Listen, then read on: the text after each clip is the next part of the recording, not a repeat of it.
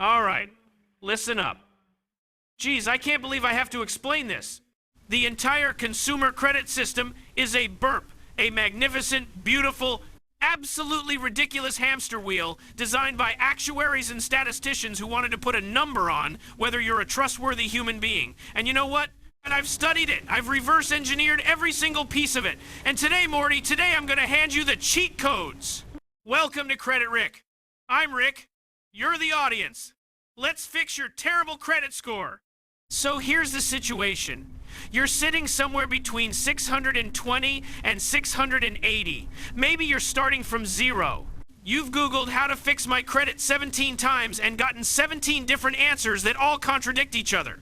That's because most people giving credit advice are burp. They're just wrong. They're confidently wrong, which is the worst kind of wrong.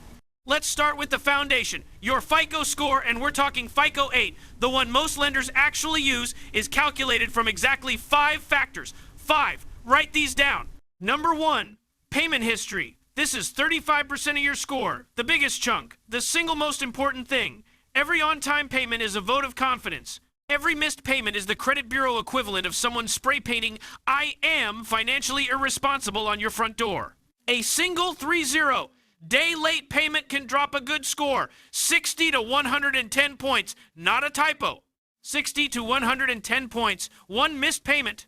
Number 2, amounts owed, also called credit utilization. This is 30% of your score. This is where most of you are hemorrhaging points and you don't even know it.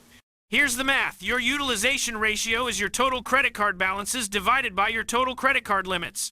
If you have a $1,000 limit card and you're carrying a $500 balance, your utilization is 50%. And 50% utilization is quietly destroying your score every single month. The sweet spot, under 10% for maximum points, under 30% is an absolute ceiling. People always hear keep it under 30% and think 30% is the target. No, 30% is where the damage starts slowing down. The target is under 10%. Ideally 1 to 9%. Yes, you need some utilization showing to prove the account is active. 0 reported is actually slightly worse than 1 to 9%. The algorithm is weird. I didn't write it. Number 3, length of credit history. This is 15% of your score. The age of your oldest account, the age of your newest account, and the average age of all accounts. This is why closing old credit cards is usually a terrible idea, even ones you don't use. You close a 1-0-year-old card, you just potentially dropped your average account age significantly. And time is the only cure here. You cannot hustle your way to a longer credit history. It just takes time. Number 4, credit mix. This is 10% of your score. FICO rewards you for having both revolving accounts that's credit cards and installment accounts that's loans, car payments, student loans, personal loans. If you only have credit cards, you're leaving points on the table. If you only have installment loans and no credit cards, same problem. Mix matters. It's 10%, not 35%, so don't go take out a car loan just to improve your mix. But if you're building from scratch, this is worth thinking about. Number 5, new credit. This is 10% of your score. Every time you apply for new credit, the lender pulls a hard inquiry. Hard inquiries ding your score. Not catastrophically, usually 5 to 10 points per inquiry. And they stay on your report for 2 years, but only actively affect your score for about 12 months. The real danger isn't one inquiry. It's applying for 6 cards in 3 months because you're desperate. Multiple hard inquiries in a short window signal to the algorithm that you might be financially distressed. It's like running into every bank on the street asking to borrow money. Sketchy. Now, burp, let me tell you what's actually keeping you stuck at 620 to 680, because it's almost always one of 3 things. First possibility, you have high utilization. You have credit cards, and you're running balances near the limits because that's what you've had to do to survive. Totally understandable. But the algorithm doesn't care about your circumstances. It sees a $800 balance on a $1,000 limit card, and it panics. Second possibility, you have derogatory marks, collections, charge-offs, a late payment from 2021 that's still haunting your report like a financial ghost. Collections alone can suppress a score by 50 to 150 points depending on recency and amount. Third possibility, you don't have enough credit, thin file, maybe 1 or 2 accounts, not enough history, not enough mix. The algorithm literally doesn't have enough data to trust you with a high score. This is the cruel paradox of starting out. You can't get credit because you have no credit history, and you have no credit history because you can't get credit. Beautiful system. I love it. I hate it. Let's talk about the fastest legitimate lever you can pull right now: authorized user trade lines. This is not a hack, this is not illegal, this is a feature of the credit system. When someone adds you as an authorized user to their credit card account, a card with a long history, low utilization, and perfect payment history, that account shows up on your credit report. You inherit the age of that account, you inherit the available credit. You get the benefit of their responsible behavior. If your uncle has a credit card he's had for 12 years, always pays on time, keeps the balance under 10%, and he adds you as an authorized user, your thin file suddenly has a 1-2-year-old account with perfect payment history on it. Score jumps can range from 20 to 80 points depending on your starting situation. You don't even need to carry the card. You don't need to spend $1 on it. Just being listed can impact your score. The key requirements for the trade line to help: the primary cardholder needs good payment history, low utilization under 30% ideally, and the card needs to report authorized users to all 3 bureaus. Most major banks do. Capital One, Chase, American Express, Bank of America, they all report authorized user status to Equifax, Experian, and TransUnion. Okay, so you've got the theory. Now let's build the actual 6-to-1, 2-month roadmap, because I'm not going to leave you with concepts and no execution plan. That would be irresponsible. I might be burp chaotic, but I'm not irresponsible. Month 1 and 2, audit your credit reports. Go to annualcreditreport.com. That's the only truly free, federally mandated source. Pull all 3 reports.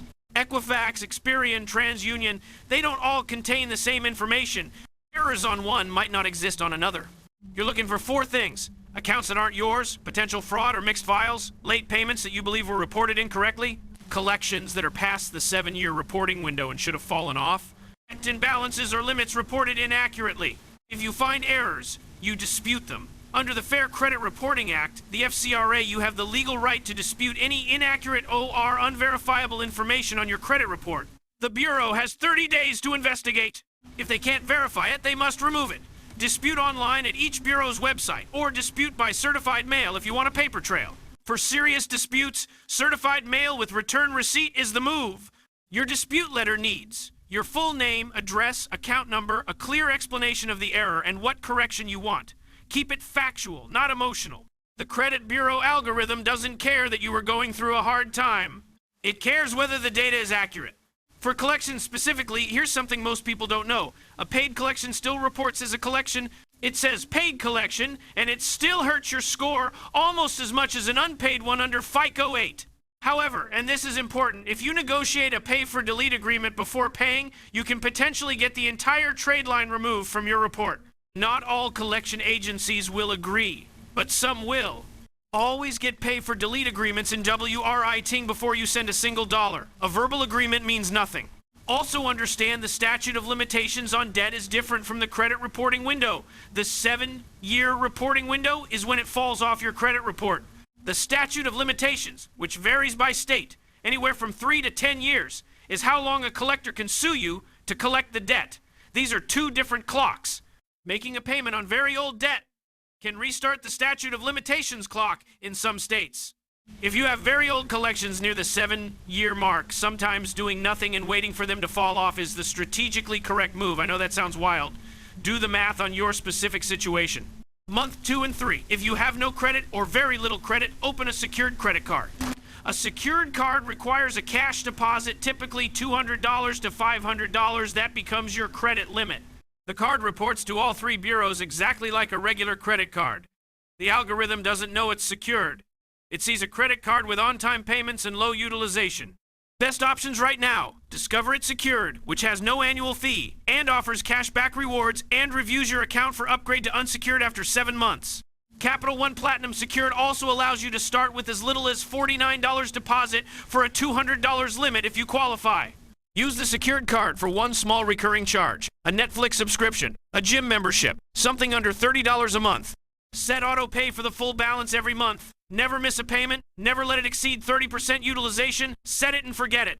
If you can get TWO secured cards, even better. 2 cards means you have more total available credit, which helps utilization. And 2 accounts building positive history simultaneously accelerates your timeline. Month 3 through 6, if you qualify and it's 620 to 680, you likely will look at a credit builder loan. Self-financial, formerly self-lender, is the most well-known. You make monthly payments into a locked savings account. The payments get reported to the credit bureaus as an installment loan. At the end of the term, usually 12 to 24 months, you get the money back minus fees. Cost is real. The APR is high compared to a regular loan. But you're not here to get a good interest rate. You're here to build credit mix and payment history. The Credit Builder loan adds an installment account to your profile, which helps your credit mix factor. Combined with your secured card, you now have both revolving and installment credit reporting. That's important.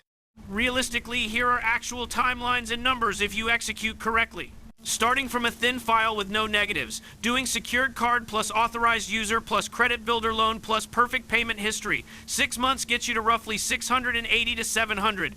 12 months of consistent execution gets you to 720 to 740. That's not hype, that's math. The algorithm responds predictably to predictable inputs. If you have collections dragging you down, the timeline extends. Successfully disputing or negotiating removal of a collection can add 50 to 100 points when the derogatory mark comes off. That single event can jump you from 620 to 700 overnight if everything else is clean. For the 680 to 720 breakthrough specifically, that gap is almost always a utilization problem. Run the numbers. If your total credit card limits are $2,000 and you're carrying $800 in balances, your utilization is 40%. To get it under 10%, you need your balance under $200 total. Options: pay down the balance or get a credit limit increase on existing cards. You can request a credit limit increase with no hard inquiry on many cards after 6 months of good history. Capital One, Discover, and American Express all allow soft pull limit increase requests. Your limit goes up, your balance stays the same, your utilization percentage drops, your score goes up. This is burp, this is just arithmetic. Beautiful, stupid arithmetic. One more thing before I let you go. FICO scores are not updated in real time. Your score reflects what was most recently reported to the Bureau by your creditors. Most creditors report once per month, typically on your statement closing date. So if you pay your balance down today, your score won't reflect that until your next statement closes and the creditor reports the new balance. This means if you're trying to hit a target score for a mortgage application or car loan in 60 days, you need to start the utilization paydown now, not the week before. Here's your action list. Number 1, pull all 3 credit reports this week. Number 2, dispute every error you find. Number 3, open a secured card if you don't have revolving credit. Number 4, find an authorized user trade line. Ask a family member or close friend with good credit. Number 5, keep every single payment on time, every month, no exceptions. Set auto pay. Remove human error from the equation. Number 6, get your utilization under 10% on every card and keep it there. That's it. That's the whole system. The credit industry wants this to feel complicated and mysterious, so you pay for credit repair services that charge you $100 a month to do things you can legally do yourself for free. You now have the exact same information. Use it. I'm Credit Rick. Subscribe if you want to stop being financially invisible. Burp, peace.